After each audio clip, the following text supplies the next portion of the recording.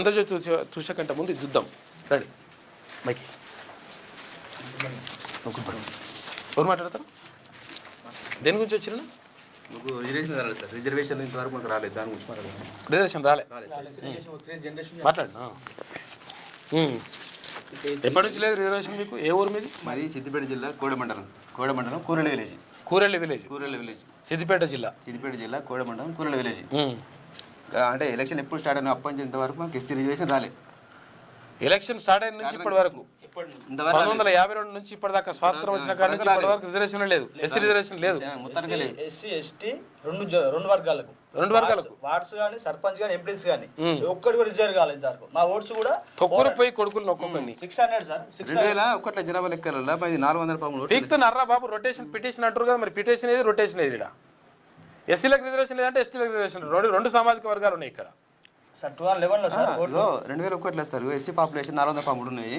2011 ఏమో 11 ఉంది. ఇంకా 408 అంటే రెండు సమాజం లెక్క మనం చచ్చిపోయాము చూపించాలి కదా సార్. ఒక్క రిజర్వ్ లేదు సార్. జనాభా లెక్కలలో కూడా చూపిస్తలేదా? రిజర్వ్ అడిగితే వాళ్ళు ఏమంటారు అంటే 2011 మీకు ఇంత ఉంది కదా అందుకే మీకు తెలియన్నారు. సో అది కరెక్టే 11. మరి 11 కంటే ముందు 2001 ఉంది కదా. మరి ఇవి లెక్కలు ఈ మంది మీద 413 మంది ఉంటే 11 మంది ఇంకా మిగతా చనిపోయారు. మరి వాళ్ళ సమాజ లెక్కలు చూపించారు. మరి లేరంటే చెప్తే అయిపోద్ది కదా. ఇప్పుడేం చెప్తున్నారు నాయన? ఇప్పుడు నేను ఏమంటారు అంటే ఇప్పుడు అధికారులు తీసేసి జనాభా లెక్కలు అన్ని తీసారు కదా. తీసినాక ఏమైంది? ఇప్పుడు ఇంకా ఒక వార్డు కూడా రిజర్వ్ కావాలి సార్. మాకు ఒక్క వార్డు కూడా ఒక వార్డు లేదు, తర్వాత సర్పంచ్ లేదు, మనం లేదు, మసాడం లేదు. జనరేషన్ మా తాత తరం మా డాడీ తరం మా తరం సర్పంచ్ కూడా లేదా? సర్పంచ్ లేదు, వార్డు మెంబర్ లేదట. ఎస్సీలు ఉన్నారు, ఎస్టీలు ఉన్నారు. 100 జనాభా ఉన్నది. 413 మంది ఉంటే 11 మంది ఉన్నట్టు చూపించారట. ఎవడా లెక్కలు వేసినాడు అవన్నీ పట్టుకదా? అది తెలంగాణ గవర్నమెంట్ మొన్న కూరెళ్ళ విలేజ్ లా ఎస్సీ ఓట్లు 408 ఇస్తారు. మొన్న 408 సర్వేలా 408 ఓట్లు ఉన్నాయి. ఓకే. అందులో మేము ఎంత మేల్ ఇంత ఫీమేల్ ఇంత 408 ఓట్లు ఉన్నాయి మొన్న సర్వేలా. సీఎం గారు చెప్పారు ఏంటంటే 2024 లెక్కల ప్రకారం వార్డు నెంబర్లకి ఎస్సీ ఎస్టీ బీసీలను పరిగణలో తీసుకొని వచ్చారు. ఇక్కడ మాకు పరిగణలో తీసుకోకుండా మాకు ఏది కూడా అలాట్మెంట్ చేయాలి. ఓన్లీ బీసీలకు మాత్రమే వార్డులు కానీ సర్పంచ్ కానీ అలాట్మెంట్ చేసి 24 లెక్కల ప్రకారం. మీరు లేనట్టే లెక్క.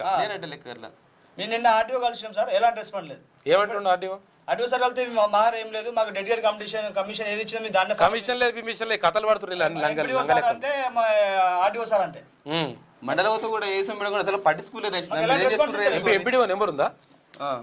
నెంబర్ ఉంటే మాట్లాడదాం ఒకసారి. తీసుకో, నెంబర్ తీసుకురా. కాదు, ఇటువంటి లంగ లెక్కలు ఏందండి అసలు. యాక్చువల్గా స్వాతంత్రం వచ్చిన కాడికి కాడి నుంచి ఇప్పటిదాకా కనీసం రిజర్వేషన్ లేదంటే ఎంత ఇది న్యాయం? ఇది రొటేషన్